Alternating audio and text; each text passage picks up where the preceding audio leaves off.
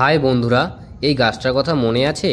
প্রায় 1.5 মাস আগে লাগিয়েছিলাম, এখন বাড়তে শুরু করেছে। গ্লাসের গায়ে শেকড় দেখা যাচ্ছে। এই গাছটা নিয়েছিলাম এই প্লাস্টিক থেকে, আর এখনও এখানে অনেকগুলো গাছ আছে। এই গাছগুলোকে আজকে রিপোর্টিং করব।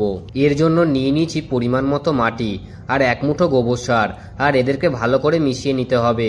তারপরে গাছগুলোকে প্লাস্টিকের গ্রো ব্যাগ থেকে বের করে নেব। এই দেখুন, গাছগুলোতে শিকড়ও বেরিয়েছে। এখন কাজ হচ্ছে এই শিকড়গুলিকে না ছিঁড়ে গাছগুলিকে আলাদা করা, আর এটাই সব থেকে চ্যালেঞ্জিং কাজ। আর এই কাজটাই সব থেকে সাবধানতার সাথে করতে হবে। এই দেখুন, প্রথমে এই গাছটাকে হালকা করে টেনে বের করে নিলাম। দেখেছেন তো কত বড় শেকড়।